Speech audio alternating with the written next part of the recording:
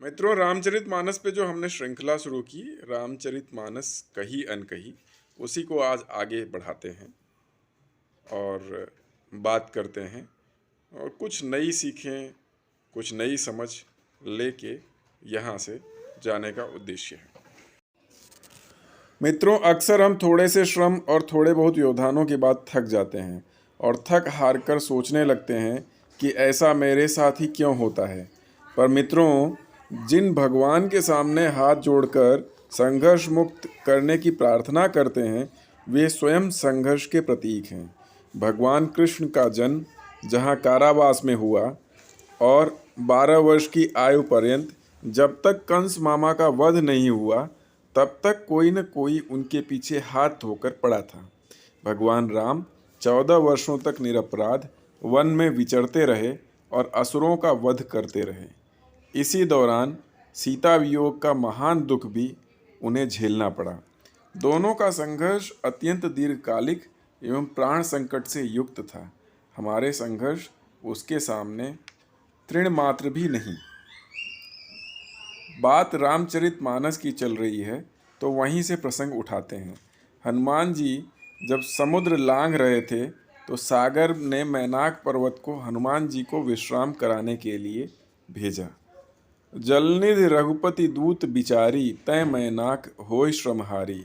हनुमान तेहि परसा कर पूनि कीन प्रणाम, राम काज कीन्हे बिनु मोहि कहाँ विश्राम।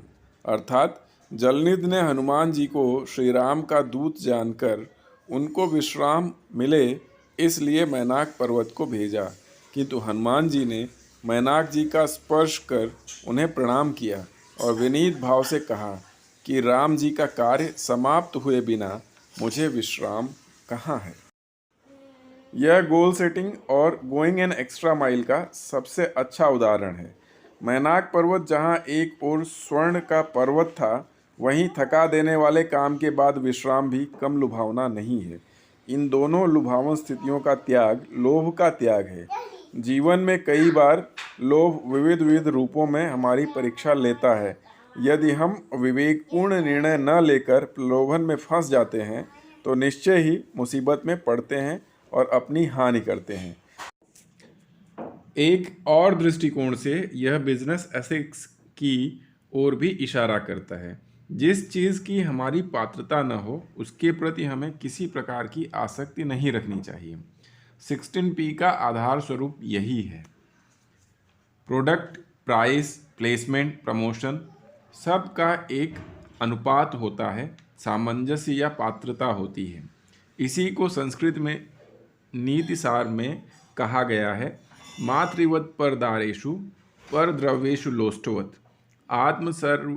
आत्मवत सर्वभूतेषु यह पश्यति स पंडित। अर्थात जो व्यक्ति पराई स्त्री को माता के समान, पराये धन को मिट्टी के समान तथा सभी को अपने जैसा समझता है, वही पंडित या ज्ञानी है। दूसरे शब्दों में, नीतिवान और दूसरों को सम्मान देने वाले व्यक्ति को हर जगह सम्मान और प्रेम मिलता है। मित्रों, इस ज्ञान गंगा को यूं ही जारी रखेंगे। मिलते हैं अगले वीडियो में।